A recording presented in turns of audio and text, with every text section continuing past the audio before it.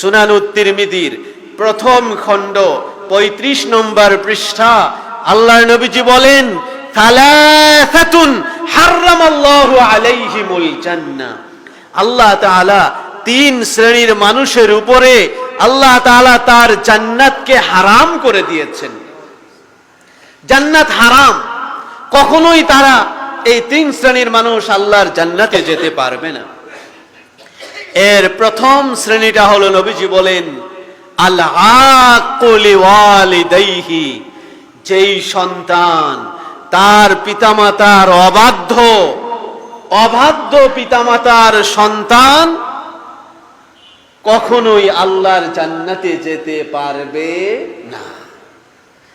আপনি মাকে কষ্ট দিয়েছেন, বাবাকে কষ্ট দিয়েছেন, মার বৃদ্ধ বয়সে, বাবার বৃদ্ধ বয়সে তাদের কোনো খোঁজ খবর নিলেন না, দায়িত্বটা সব ছেড়ে দিলেন ওই গ্রামের মূর্খ ভাইটার উপরে, যার নুন আনতে পান্তা ফুরায়, এরকম দিনে এনে দিনে খায়, এই ভাইটার উপরে ছেড়ে দিলেন। শহরে বউ পরিবার নিয়ে আপনি খুব আরামে আনন্দে আয়েশে কাটাচ্ছেন, নামাজ পড়ছেন, বছরে একবার উমরায় যাচ্ছেন, হজও করছেন, আর লোক দেখানোর জন্য গ্রামের কিছু দান খায়রাত করেন, মানুষের মধ্যে কিছু বস্ত্র বিতরণ করেন।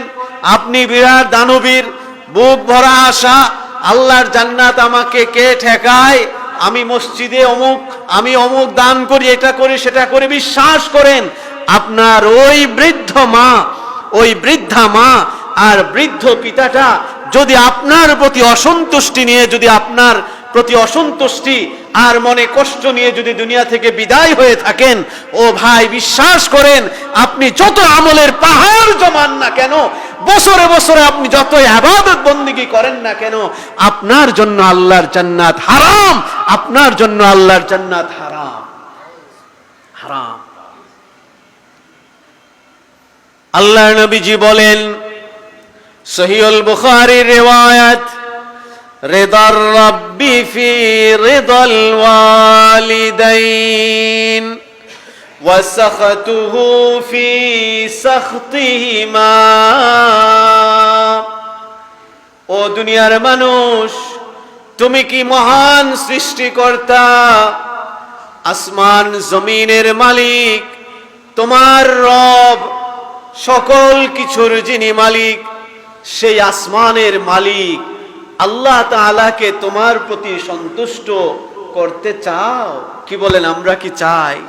কে কে চাই? আল্লাহ তাআলা সবার প্রতি সন্তুষ্ট হন। নবীজি বলেন, তুমি যদি এটা চাও, ফি রিদাল ওয়ালিদাইন, তুমি তোমার সেই মূর্খ বাবা আর সেই মা, যারা অসহায়, যারা তোমাকে জন্ম দিয়েছেন, সেই পিতামাতাকে তোমার প্রতি সন্তুষ্ট করো। আল্লাহ নবীজি বলেন, তারা তোমার প্রতি সন্তুষ্ট হবেন আর মুহূর্তের মধ্যেই আল্লাহ তাআলা তোমার প্রতি সন্তুষ্ট হয়ে যাবেন। অনেক শিক্ষিত এলিট শ্রেণীর কিছু মানুষ বিভিন্ন সময় আমাদের কাছে এসে বলে, আমরা তো বুঝি অনেক সময়, সারা বছর জীবনে খোঁজ খবর নেয় নাই, যখন দেখেছে বাবা মুমূর্ষ, মা মুমূর্ষ, হুজুরের কাছে এসে গল্প বলে, হুজুর আমি আমার মাটাকে মারা যাওয়ার আগে বলেছিলাম, আম্মা তুমি কি আমার প্রতি খুশি? বাবা তুমি কি আমার প্রতি খুশি? আচ্ছা বলেন তো। অথচ এই লোকটাকে আমি ভালো করেই জানি, সে কোনোদিন তার চিকিৎসার ব্যয়ভার বহন করে নাই, খোঁজ খবর নেয় নাই। মামা মারা যাওয়ার আগ মুহূর্তে যে মার কাছে খুশি, মার সন্তুষ্টি নিল আর বাবার খুশি তার অর্জন করে নিল। ও ভাই, এই ধরনের ডুপ্লিকেট কাগজ আর ডকুমেন্ট দ্বারা কি আল্লাহ তাআলা আপনার প্রতি সন্তুষ্ট হবেন? আল্লাহ তাআলা আলিমুম বিযাতিস সুদূর। মা যদিও মুখে বলেছে, বাবা তোর প্রতি আমি খুশি, বাবা বলেছে তোমার প্রতি আমার দোয়া রইল খুশি, কিন্তু বাবার মনের গভীরে যেই লুকায়িত কষ্ট, ছেলে কষ্ট পাবে বিধায় বাবা বলে নাই, মাও বলে নাই, শেষ মুহূর্তে এটা বলে, ছেলের মনটা খারাপ করে নাই, সেই মনের গভীরের একেবারে অন্তরের অন্তঃস্থলের খবরটা জানে কে? কে জানে? আল্লাহ তাআলা জানে। এজন্য বাবার আমার, সন্তুষ্টি হলো আর রিদা হলো মিন আমিকিল কলব, একেবারে হৃদয়ের গভীর থেকে। আপনাকে বলতে হবে না, সন্তুষ্টি আদায় করে নেওয়ার বিষয় নয়। আপনার অ্যাটিটিউড, আপনার আচরণ দ্বারা তাদেরকে আপনার প্রতি খুশি করাইলে আল্লাহ রাব্বুল আলামিন আপনার প্রতি সন্তুষ্ট হয়ে যাবেন। আল্লাহর নবীজি বলেন, 3 শ্রেণীর মানুষের উপরে আল্লাহ তাআলা জান্নাতকে হারাম করেছেন। তার প্রথম শ্রেণীটা হলো পিতামাতার অবাধ্য সন্তানের জন্য আল্লাহর জান্নাত হারাম। দ্বিতীয় হলো মুদমিনুল খামার, ড্রাগ এডিক্টেড, যেই মানুষেরা ড্রাগ গ্রহণ করে। আজকে শহরে বন্দরে সারা দেশের অধিকাংশ জায়গায় আমার যুবক ছেলেরা, আমাদের যুবক যুবতীরা, তারা এডিক্টেড, মাদকাসক্ত, বিভিন্ন টাইপের ড্রাগ এডিকশনে তারা আজকে অভ্যস্ত। আল্লাহ হেফাজত করুন। ও বাবার আমার, সতর্ক থাকতে হবে। আপনার আমারও দায়িত্ব আছে। আমার আপনার সন্তান যেন কখনোই এই ধরনের বিপদগামী পথে যেন তারা না হাঁটে। মাদক আসক্তের জন্য আল্লাহর জান্নাত হারাম।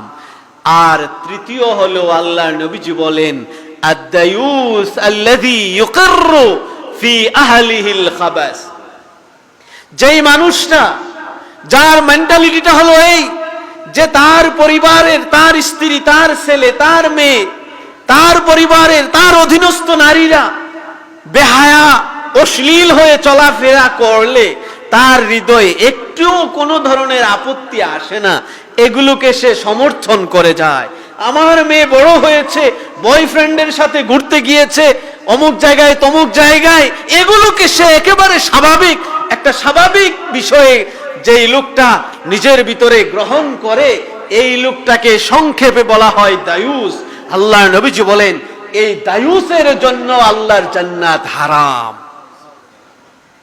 এজন্য বাবার আমার, এই 31 নাইট সহ বিভিন্ন প্রোগ্রামে, এমনকি আমাদের পারিবারিক সামাজিক কোনো কালচারে যখন কোনো অনুষ্ঠান হয়, আমরা পর্দা কি ফরজ নাকি জায়েজ নফল বিষয়?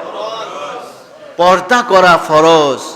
ও ভাই, ও যুবকেরা, তুমি বিবাহ করেছো, তোমার নববিবাহিতা, তোমার এই স্ত্রীকে তুমি বোরকা পরিয়ে, সাজুগুজু করিয়ে তুমি তাকে বোরকা পরাইয়া তুমি তারপরে তুমি তোমার ঘরে নিয়ে আসো।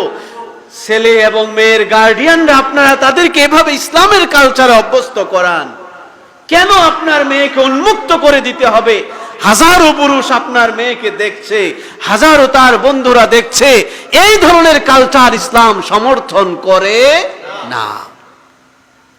ইসলাম একটি পূর্ণাঙ্গ জীবন ব্যবস্থা। ওয়াকারনা ফি বুয়ুতিকুন্না ওয়ালা তাবাররাজনা তাবাররুজাল জাহিলিয়াতিল উলা। ভাইরা আমার, আমি বিশেষ করে আমাদের সমাজের যুবকদের উদ্দেশ্যে বলবো, এই ধরনের 31 নাইট সহ এই ধরনের অসামাজিক কার্যকলাপ যে প্রোগ্রামগুলোতে হয়, এগুলো থেকে আমরা বিরত থাকব। এবং আমরা দেখি এলাকার ছেলেরা, যুবকেরা পাড়ায় মহল্লায় বিভিন্ন জায়গায় আতশবাজি করে। এই ধরনের প্রোগ্রাম, এই ধরনের সময়গুলোতে, ঠিক কিনা? বিভিন্ন সংবাদ মাধ্যমে আমরা দেখেছি এই দেশেও এই ফানুস আতশবাজির কারণে বিভিন্ন বাড়িতে, বিভিন্ন জায়গায়, বিভিন্ন স্থাপনায় অগ্নি সংযোগ হয়েছে। বহু স্থাবর সম্পদ, বহু মানুষের ক্ষয়ক্ষতি, এমনকি মানুষের মৃত্যু পর্যন্ত হয়েছে। এই ধরনের কাজ নিঃসন্দেহে বড় গুনাহের কাজ। আল্লাহ রাব্বুল আলামিন কোরআনে বলেছেন, ওয়াল্লাযীনা ইউযুনাল মুমিনিনা ওয়াল মুমিনাত, যে সমস্ত মানুষেরা সাধারণ মুমিন মুমিনাতদেরকে, সাধারণ মানুষদেরকে যারা কষ্ট দেয়, এই মানুষেরা যারা মানুষের কষ্টের কারণ হয়, আল্লাহ তাআলা বলেন এদের জন্য আল্লাহ তাআলা শাস্তির ব্যবস্থা করে রেখেছেন। এই জন্য আমার যুবক বাবারা, আমার এই সমাজের সকল মানুষের কাছে আল্লাহ এবং আল্লাহ রাসূলের পক্ষ থেকে আপনাদের কাছে, কোরআন এবং ইসলামের পক্ষ থেকে এই দাবি, এই আহ্বান, আমরা যেন নিজেদের স্বকীয়তা, নিজেদের স্বাতন্ত্র্য যেন বজায় রাখি।